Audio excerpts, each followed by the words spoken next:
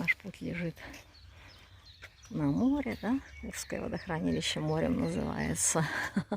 И словно по парку вот этот участочек у нас, где он прям, вот там дачи позади начинаются, вот, да вот они видно еще. А вот здесь вот этот участочек, и впереди там дача. Вот таким леском, дорожкой, очень хорошо. Канава там наполнена, да.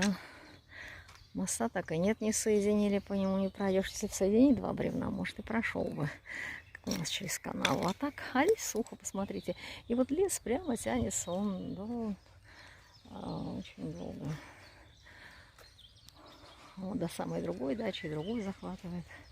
Ну, вот очень хорошо.